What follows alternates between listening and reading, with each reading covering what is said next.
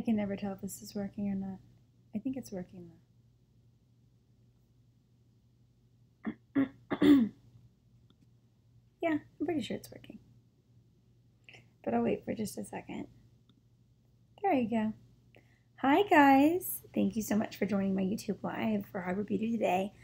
We are in a dressing room in the Valley in Los Angeles, and I'm filming a project right now, so I apologize for the pin curls. I was supposed to have a day off, and this is a lesson in the entertainment industry, is that everything can change at the drop of a hat. So they were kind enough to let me still do my YouTube live today, and so I might have to cut a little bit short, but wanted to see how you guys were, and it's been a couple weeks since we were able to post. We've been having some meetings with Hardwear and busy with this project for the past few weeks, is mainly why we've taken a little bit of a break, but we're back, and we'll have a video next week for you guys, and then some personal content I'll be posting in the following weeks as well. But let me see what questions are going on. Hi guys. See, greetings. Hi guys. I'm literally watching Teen Wolf right now. Well, thank you for watching. I wanted to get started and ask, what did you guys think? For those of you that did watch the documentary, how did you like Meru? Because Meru has a special place in my heart. So any questions about Meru, go ahead and send them in. I'll be checking on those. And let me see, any Meru questions? I'm going to wait for the Meru questions because they take a second, but they do come. I'll tell you why I liked Meru. I love Meru. It's M-E-R-U, like Peru, the country, but with an M, not in Peru. And I liked Meru because it was one of the first outdoor docs that I had seen that wasn't a skiing or mountaineering doc per se. And my brother was a professional rock climber for a period of time, and so it holds a special place in my heart from that angle. And then I got to know some of my favorite climbers from that movie, and just the lessons of, I think the number one thing I took away was just friendship, loyalty and friendship, to some of the deepest levels I had ever seen were in that documentary. And I really admire the people in that documentary because not only are they some of the world's best athletes, what amazes me about professional climbers, rock climbers, is then they're professional photographers, and they're professional mountaineers, and then they're professional kite skiers and skiers, and then they're professional kayakers. And you're like, does it end? So these people have special skills, and they work on them obviously daily, but it's interesting to see their training patterns, and that they really are superhuman, but you know, technically they're not. They work really hard for what they are able to accomplish, and it was just something that affected me because I'd never seen a story like that personally. So Meru was my very, outside of like Touching the Void and K2, I'm trying to think what other docs I had seen before that doc, but I think Meru for me was a first, and I don't want to spoil it for those that haven't seen it. But yeah, I was shocked how the men are still wanting to climb after. Yep. So there's an accident that does happen. I won't tell you where and when and why. That doesn't actually give it away when you're considering a climbing doc. But the perseverance is pretty incredible. That's why I wanted you guys to check it out, and having this platform to have a communication with you guys, a conversation about documentaries, is something I wanted to tackle. So it's a bit off of Hardwear's normal radar, but why not? I don't have a personal YouTube, so this is where I can chat with you guys about that. Have you learned more French? I'm trying. C'est maintenant. See. Oh, how's working with Keegan? It's lovely. The cast on this movie, I have to tell you guys, is pretty incredible. I think we'll probably be oscillating between topics today. But yeah, the cast on this, I got very lucky to have such a wonderful group of people to work with, and they've been so much fun. And I think all of us have similar interests, and yeah, Keegan comes from a similar background that I do, coming from a more or less teen show.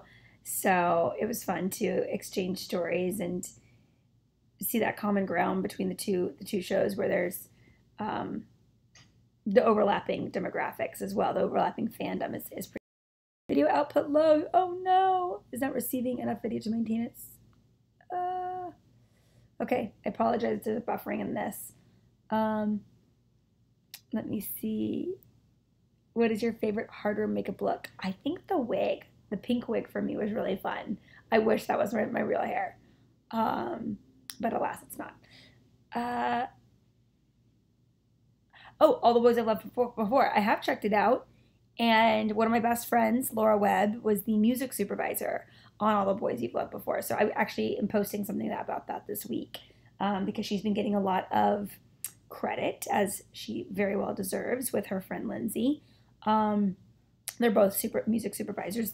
For those of you that don't know, music supervising is when you choose, not the composing, not the instrumental music, but music without words, but it's the music that are, other bands have created, and you choose anytime there'll be music playing in the background, that is what a music supervisor provides. And so it can completely change the tone of a movie. I mean, it's pretty incredible to see a project that hasn't been set up with music yet.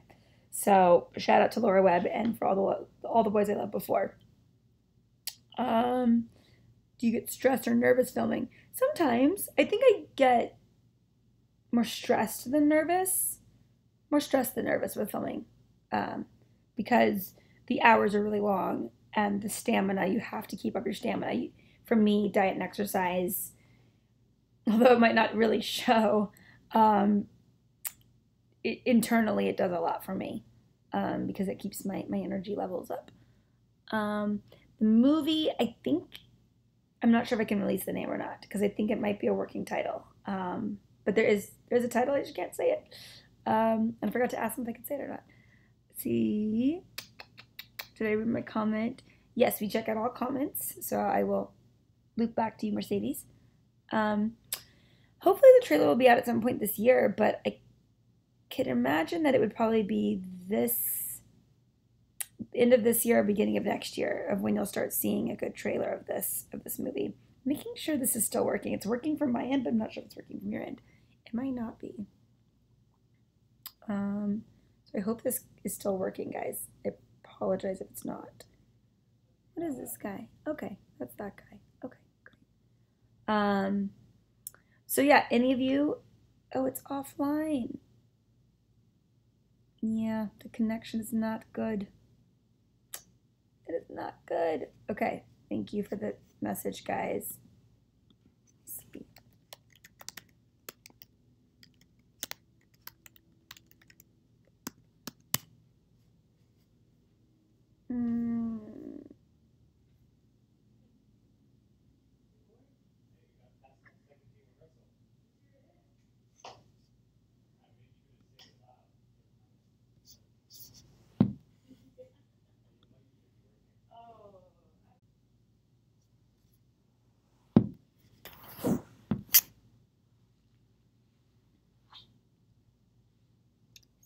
Recording. Okay, let me see if that's better.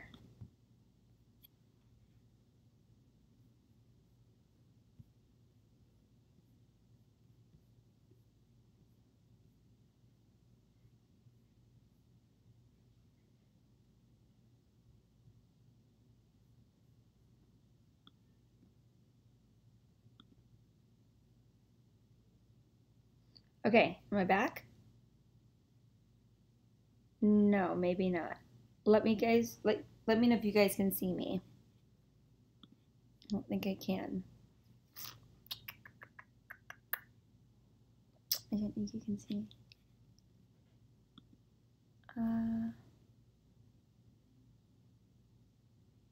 So you are seeing me, but the connection's not good. Thank you. Alexander?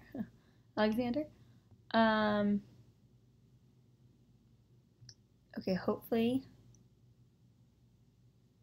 Okay, hopefully you guys can see me okay. Okay, perfect. Thank you. Thank you, Allie. Yeah, I would say one of my favorite hardware looks right now is the pink wig. We have one coming out that's pretty funky and unique because of it's inspired by a particular person, We'll let you guys know who that is. Okay, perfect. Connection's better. Thanks, guys.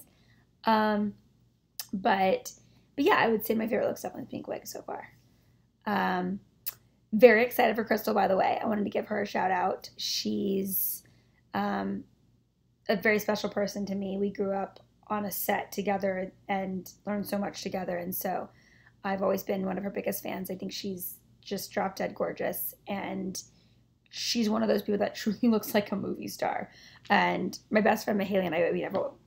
She's even been one to say, I always feel like Crystal like looks like a literal movie star. I was like, no, she does. So I was really excited for her with Swamp Thing. So I'm really rooting for that show and just really happy for her. Let me see what else is going on. So anyone that saw Meru, are there any questions you guys have? Not that I could answer them, but I would love to know what your thoughts were on the film. And how would you guys feel? You know, I mean, if you're in a dangerous sport like they are, knowing your best friend just might not be there the next minute. To me, that's pretty intense, obviously. I almost want to say the amount of connectedness that you must feel living day to day when so many of your friends are in, you know, a relative amount of danger climbing like they do. And then for something to happen, that's something about Conrad Anker I find so admirable and brave and honorable to tell that story publicly and to be an open book about the emotional side of living a journey like that. I don't want to spoil it for those that haven't seen it, but should we spoil it? Basically, there's a guy, he's one of the best climbers in the world, and his best friend passed away on a climb. And I think that there are always feelings of guilt when you feel like it should be you. If you're a single dude, no kids, and your best friend has a wife and children, when you lose the best friend, it's I don't think there's many people that have gone through this experience quite like he did. And for him to find love with his best friend's wife through mourning together and falling in love together and living, continuing the legacy of your best friend through the love that you guys have together, and then raising your best friend's children as your own. And it becomes theirs. It's a special bond that not many people, I don't think, experience. And I've had the pleasure of only meeting him very briefly once, but the way he mentors young climbers, the way, he publicly is with his family. I mean, as far as role models in 2018, that's a pretty damn good one. So that's part of the documentary that happens that occurs in Meru. It's part of the story. I don't even want to say a small part. I mean, that's part of the story, though. It's a pretty incredible doc of what it overcomes. And then there's Renan, and how cool is it that he boulders these massive boulders and then would draw on top of them. And he's a pretty incredible filmmaker as well. So that's two of the thirds of the trio. And then there's Jimmy Chin, who's professional everything under the sun, and risking his life to get the next Patagonia or the next North Face or the next name the ski company shot. They obviously love what they do, but I'm sure they feel the pressure, the commercial pressure. I can't imagine that they don't. And the fact that this is not just going out and getting a fashion shot. This is risking your life to get the shot, literally. And so all three of them have such unique journeys. The fact that Renan had such an incredible accident, was able to come back from it and then some, and to become a professional athlete, on top of his game again, is all three of their stories mesmerized me. That's why I think Meru is such a special documentary for me. And see, what was the movie called? Oh, that's the movie I'm familiar with. Yeah, I'm talking about the documentary Meru, though. So yeah, I really highly recommend Meru if you haven't seen it. And any other questions about Meru? It like goes silent. Like I said, if you haven't checked out the documentary Meru, check it out. Meru. I think it's on Netflix, I believe. So check that out. And Jimmy Chin directed a new movie with his wife about Alex Honnold free soloing El Capitan. So that's same dude. I love how big yet small this community is, and how much they're able to accomplish is mind blowing. It's far more impressive than the entertainment industry. Can you tell us about something, a movie you're working on? Yes. The movie I'm working on, they don't want us to release a lot of information, but I mean, like I said, I love the cast and crew. It's just such a breath of fresh air to work on something where the cast is so lovely. And we've had a lot of fun. It's a very intense movie. It is a man's journey, so to speak. And it's about an escape room. I think I can say that. And yeah, check it out. Yeah.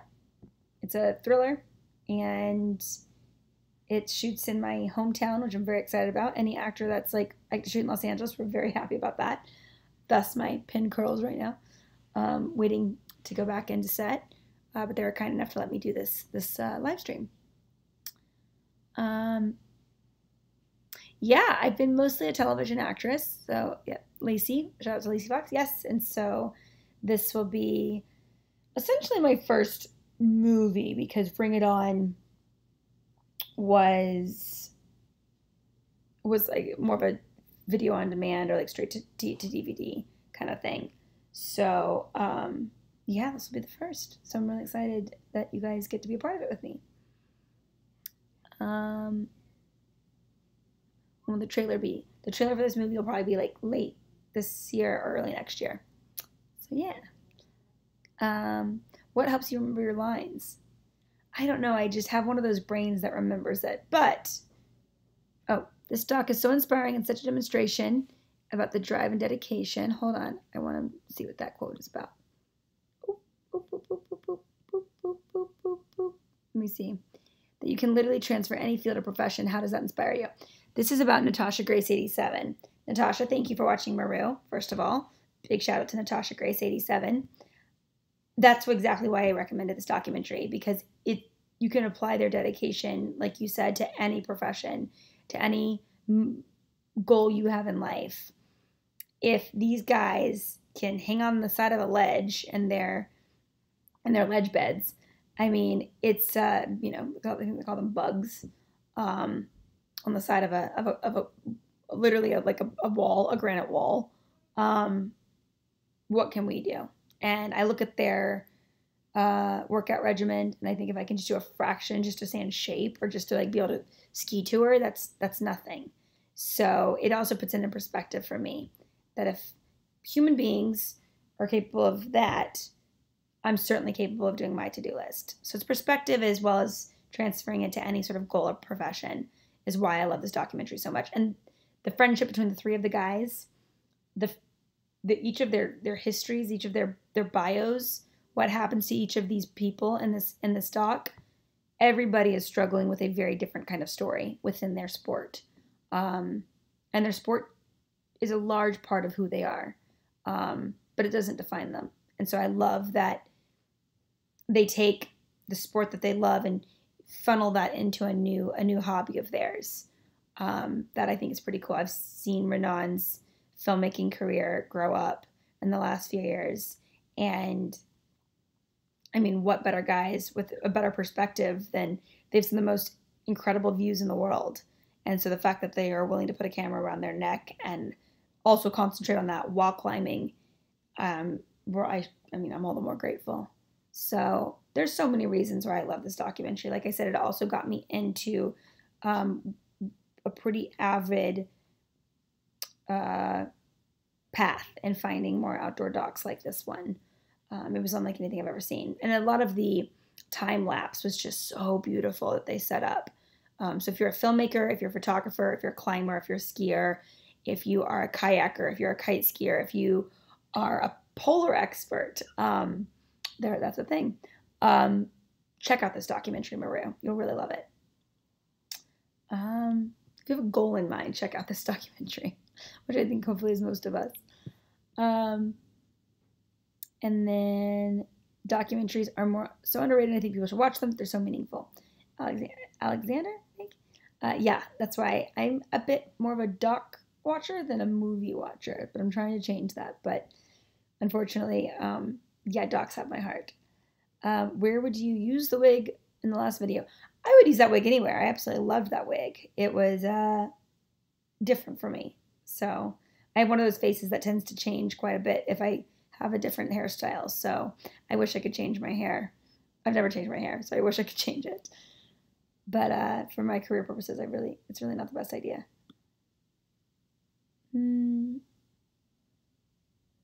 What's my favorite Netflix TV show? Fauda. Fauda is a great TV show right now. Fouda.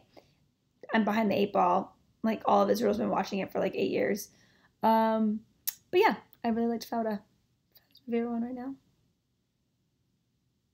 Then she's a screenwriter and she's written a short. Well, I commend her for writing the short and keep on keeping on. I mean, writing is, I wish I could write better than I do. I think writing is the secret keyhole to success. If you can write, no matter what profession you're in, I think it benefits you, especially in this one. So I wish I had those writing skills. I'm not going to play Kiss, Marry, or Kill. I have not seen the Divergent movies. And let me see. Thank you guys for all the compliments. You're very sweet. A little information about Aaron. Oh, you guys already know it's Aaron. Wow, you guys do your homework. Yeah, I do play a girl named Aaron in this movie. Advice for the acting business, I would say just start locally. That's what I did.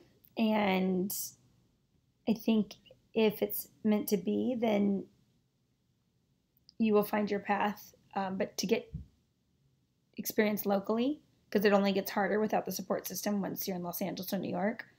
And if you already live there, then you're one step ahead in a weird way, but at the same time, it's a bigger market. So, yeah, I would say start locally. That's what I did. And top 5 favorite songs. I don't really have a top 5 right now. I'm being very lazy in the music department. I need to step it up. My favorite perfume is a company called Le Labo, and they have a fragrance that I really like. Who most inspired me growing up? I think my best friend's mom is a go-getter. And so she was definitely my mom for, that unconditional love, my dad for his work ethic, my stepmom for her tenacity is pretty incredible. So yeah, I would say those people inspire me growing up. And I always had an Oprah thing. I always had the Oprah thing. So she inspired me. I think it's pretty incredible what she's done with her power and her platform and her finances. Instead of having one kid or a few kids, she started a school. I think that's a pretty incredible world that she's built for herself. I don't even mean just from the Oprah brand standpoint. I mean for how many lives she's just truly affected is unprecedented. Okay, Mass Mafia docs. We will have to check those out, Natasha Grace. Thank you for that. They're chilling. I've seen the Iceman scripted one because Michael Shannon was in that one, and he's an amazing actor. I watched Meru, and I liked how inspiring and shows how much determination. Yes, Chloe Timmons. Yay, Chloe, you watched Meru. I know these are hard homework assignments I give you guys to find time in your schedule to sit down and watch a documentary and experience it when that's not necessarily what you had in mind or wasn't on your radar initially, and you have some random actress being like, watch this doc, and you're like, oh, I like her on Teen Wolf, so maybe I'll watch it. To those of you that are watching it, I choose these docs not for my own benefit. I choose them because I think they're truly gifts that are going to add something to your life, educate you. If you're, so I try and choose a bit of off-topic or fringe topics in docs. and something that, you might get into and like as a hobby. So I appreciate you guys watching the films. And do you prefer French or Spanish? I grew up with Spanish and I'm learning French, so it's a hard call. The unequal pay salary difference in men and women. I went to an all-girls school, so I have a different perspective in that regard. I wasn't really around boys until I was about 16. In my experience, I guess it helped me because I wasn't really aware of any sort of deficit, or I've never felt inadequate. I've never felt less than. Of course, I've felt intimidated in situations, but it's not because I'm a girl that I felt intimidated. It's 9 times out of 10 because of just the situation. Actors, honestly, are put in so many intimidating and nerve-wracking and unfair situations, but that's part of this business. And so to me, it's more of a profession thing than a gender thing. I would say the biggest drawback that I've felt as a female in this business would just be like something simple as like touch-ups. When you're on a show with all boys, it's not easy when you're like the only girl that day to get touch-ups, and guys don't need touch-ups as much. So you seem to slow down the day, or people might feel that like it's like, oh, she needs her touch-ups again. But in reality, that's just a girl. That's maybe the only time I've ever felt like, well, sorry guys, sorry to be the, impending problem today. But for the most part, no, I'm very lucky. I've never felt less than. And I believe if you want to change a culture and industry, it starts with parenting. It starts with excellent parenting, putting self-worth in our children, not just our girls, our boys, putting manners in our girls and boys, putting kindness and empathy. It really, that's why I work with Children Mending Hearts. It's all about empathy. So I believe in putting that in both genders. It's not something that's just girls or just boys. I see the whole picture. There's a few French actresses that had said something like that, and they got some pushback because it's like, oh, really? Is it the girl's fault? I'm not saying it's the girl's fault. I'm saying it's a human problem. It's not a gender problem for me. You're always going to have bad people, bad girls, bad boys, bad people of every ethnicity. I tend to just divide people by their character, not by their gender, and not by their ethnicity. I think like-minded people is how we should divide people up. And if you look at the people that struggle with self-worth or with trauma, a lot of that is parenting. I feel, and no parent's perfect, but yeah, that's how I feel about that issue. Is obviously there is a pay discrepancy, or else equal rights amendment would have never been brought up. And so, I think it's a work in progress as far as the pay goes, but I tend to focus on what's in my immediate future and what I can change. So I appreciate the conglomerates like Natalie Portman fighting the big fight, for sure. What is my favorite makeup product? Clé de Peau, Clé de Peau, Clé de Peau, Clé de Peau, Clé de Peau. Can I say it one more time? Clé de Peau. Clé de Peau and Ivory. That is like my concealer. I think how to be sure of yourself. I don't think there is a way to be sure of yourself. I think it takes a consistent practice. There are days when I'm just like, I wish I was born differently, for a plethora of reasons. But, you can't cry over spilt milk. This milk's already been processed. So there's not much changing what I am. So just trying to work with what I have. Can you say, Clé de Peau? CLEDEPEAU. I think it's technically key of little, or no, Peau. What would be Peau? Petit peu, Clé de Peau. A little, no, a bit of a key, something like that. would be technically the translation. It's a French name, but a Japanese company, I believe. Oh, you're a huge Richard Linklater fan. Yes. Natasha Grace coming in again. Yes. Before Sunset, Before Sunrise, Boyhood. Huge, huge fan of Patricia Arquette and Ethan Hawke. Oh my God. Obsessed. I'll never forget when I saw the Richard Linklater movies for the first time. That's probably like 4 years ago, 5 years ago. So obviously like well after they came out. And it just like opened up a new portal in my brain for me. And was an instant Linklater fan. It was kind of like what I had with Alexander Payne. Just an excellent filmmaker. Thank you, Key to the Skin. Thank you, KCC. Clay to Poe. There we go. Oh, Poe. Yeah. Okay, that makes more sense. Key to Skin. There we go.